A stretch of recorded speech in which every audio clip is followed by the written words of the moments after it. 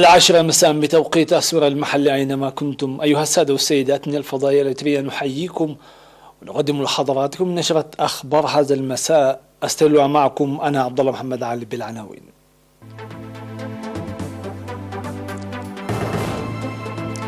إصابة 16 مواطنا بكوفيد 19.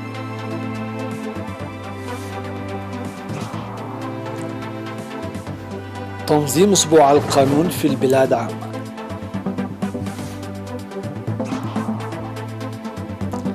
الإريتريون في مختلف المدن الإيطالية والفرنسية يبحثون برامج التصدي. 30 قتيلا على الأقل بأيدي جهاديين في وسط مالي.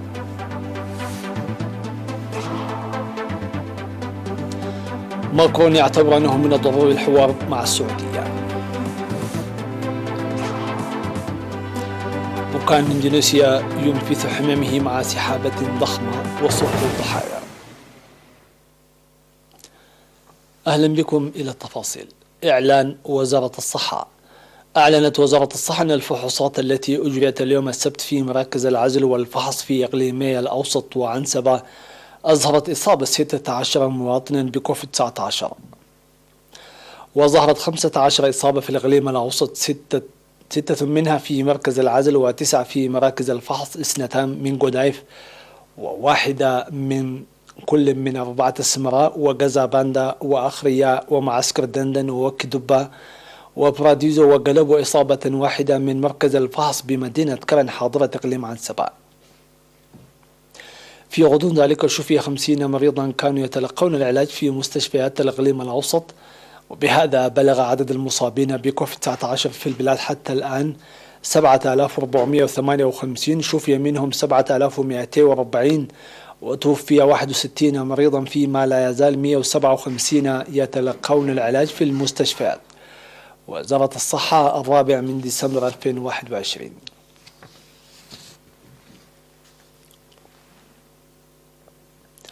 أعلنت وزيرة العدل السيدة فوزية هاشم أن أسبوع القانون سينظم في البلاد عامة في الفترة من 6 حتى 11 ديسمبر تحت شعار القانون وبناء الوطن، وذلك في برنامج هو الأول من نوعه يشمل مختلف المواضيع القانونية.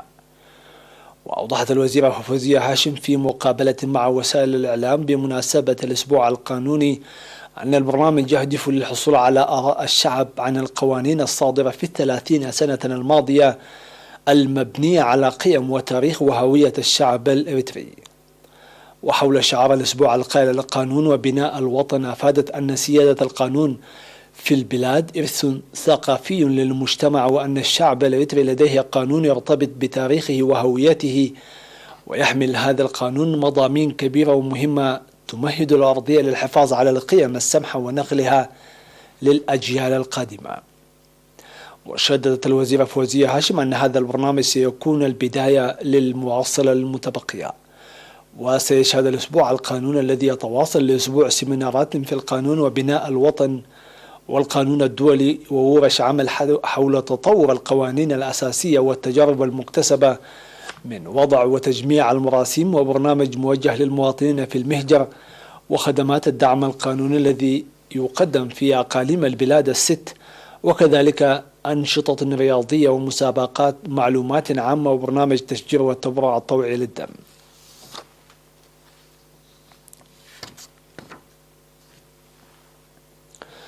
بحث الإريتريون في مدينتي باري وكاتانيا الإيطالية والمدن الفرنسية في السمينار الشعبي المنعقد في 28 نوفمبر بحثوا برامج التصدي. وقدم سفير إريتريا في إيطاليا السفير فيستهات بيتروس في السمينار المنعقد تحت شعار التعبئة كضرورة مرحلية توضيحا مفصلا عن الأوضاع الراهنة للبلاد وتطوراتها متنقلا بين المدن الفرنسية. حسب المعلومات الواردة، قدم كل من مسؤول الشؤون الشعبية والأهلية في مدينة بار السيد جورماي هبت ميكائيل، ورئيس اللجنة الوطنية في إيطاليا السيد عقباي فرمدهن في مدينة كاتانيا توضيحات مماثلة. من جهتهم أكد المشاركون جاهزيتهم لتنفيذ الرسالة المرحلية بتمتين وحدتهم وتقوية ترابطهم وتصدي أعمال التشويه والعدائيات الموجهة ضد إريتريا.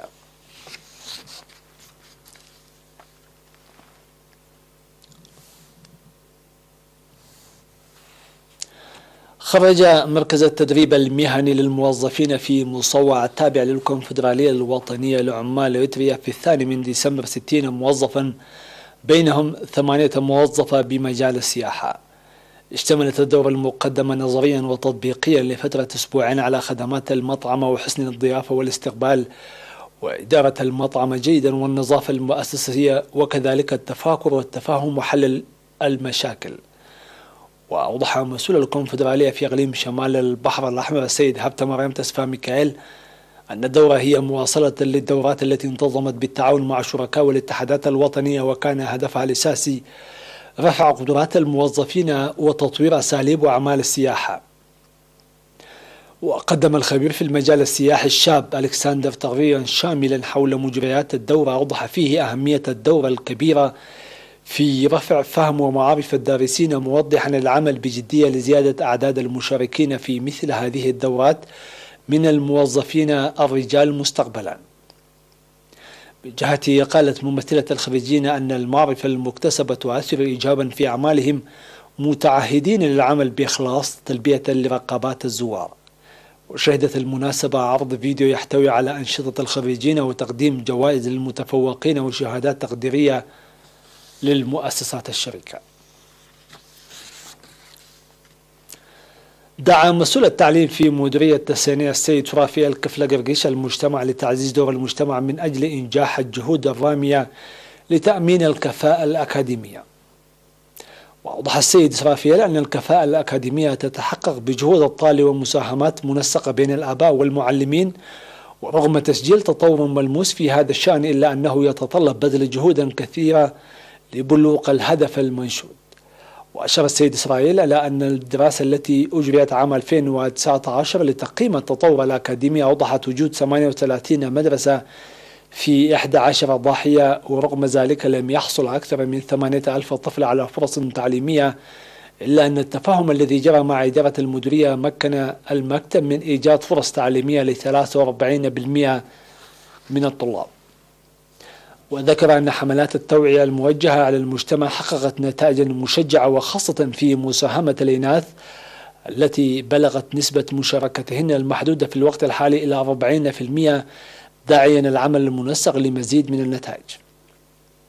وأشار مديري المدارس الاهتمام الذي يبديه الطلاب في المديرية، وأن نتائج الامتحانات الوطنية المشرفة خير دليل للرغبة العالية والجهود المنسقة المبذولة.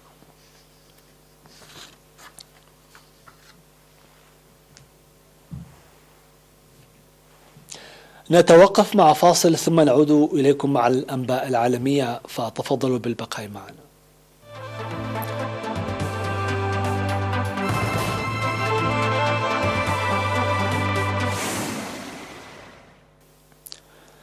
قتل 30 شخصا على الأقل في هجوم نفذه مسلحون يعتقد أنهم جهاديون استهدف عربة نقل في منطقة موبتي المضطربة بوسط مالي، وفق ما أفاد مسؤولون محليون لوكالة فرانس بريس.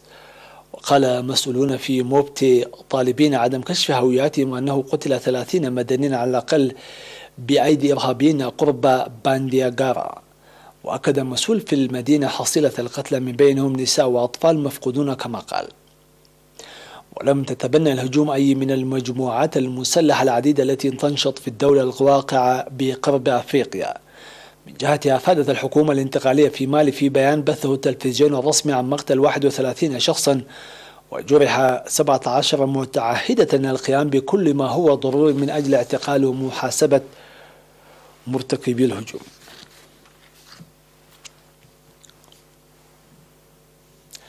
اعتبر الرئيس الفرنسي إيمانويل ماكرون الذي يقوم بجولة في الخليج أنه من الضروري الحوار مع السعودية أكبر دولة خليجية من حيث الحجم للتمكن من العمل على استقرار المنطقة. وأبرمت شركة إيرباص الأوروبية صفقة لبيع 26 مروحية مدنية إلى شركة سعودية، فيما وقعت شركة فيويليا الفرنسية عقدا لإدارة خدمات مياه الشرب في الرياض، وفق ما أعلنت المجموعتان على هامش زيارة الرئيس الفرنسي إيمانويل ماكرون للسعودية. ويزور ماكرون مدينة جدة في آخر محطة من جولته السريعة في الخليج. وفي أولى محطات جولة الرئيس الفرنسي وقعت الإمارات مع فرنسا اتفاقية لشراء 80 طائرة مقاتلة من طراز رافال، وهو عدد قياسي من هذه الطائرة الفرنسية في صفقة ضخمة.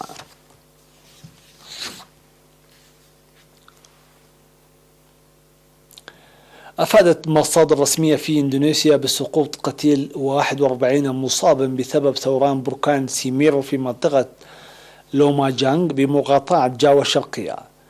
وأطلق أعلى بركان في جزيرة جاوا الأكثر كثافة بالسكان في إندونيسيا أعمدة كثيفة من الرماد في الجو، مما أثار الذعر بين السكان المقيمين في الجوار، حيث تركت عدة قرى حول منحدراته مغطاة بالرماد المتساقط. وقال مسؤول في وزارة الصحة الإندونيسية أن ثوران بركان سيميرو تسبب في إصابات بحروق، مشيرا إلى أن الحكومة سترسل مساعدة طبية إلى المناطق المنكوبة. الانفجار البركاني رافقته أيضا عاصفة رعدية وأمطار أطلقت الحمم البركانية وحركة الحطام المشتعل، وشكلت طينا كثيفا دمر جسرا واحدا على الأقل يربط بين قريتين رئيسيتين.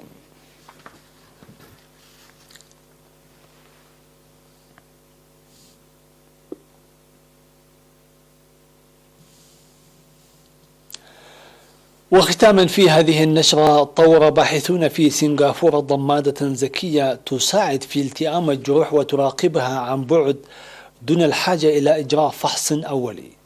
وتم تجهيز الضمادة بجهاز استشعار لقراءة مستويات الرطوبة، وهو مؤشر مهم يشير إذا ما كان الجرح قد تعافى، وتنقل البيانات إلى تطبيق على الهاتف الذكي. هذه المعلومات تسمح للأطباء بالتأكد من شفاء الجرح دون خلع الضمادة التي عادة ما تمنع عملية الشفاء. في المستقبل القريب ومن خلال تقييم الشكل الهندسي والمواد المستخدمة في الضمادة، قد يتمكن الباحثون من ضبطها لتتناسب أنواع مختلفة من الجروح.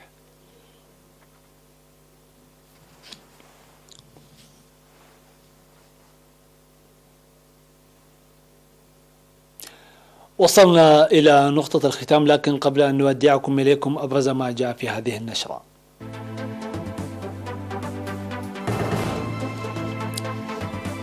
إصابة 16 مواطنا بكوفيد 19.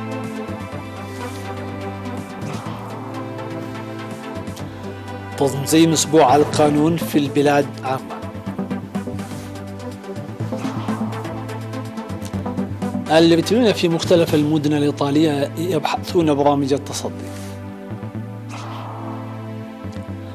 30 قتيلا على الأقل بأيدي جهاديين وسط مالي. ماكرون يعتبر أنه من الضروري الحوار مع السعودية. بركان إندونيسيا ينفث حمامه مع سحابة ضخمة وسقوط ضحايا. تصبحون بألف خير.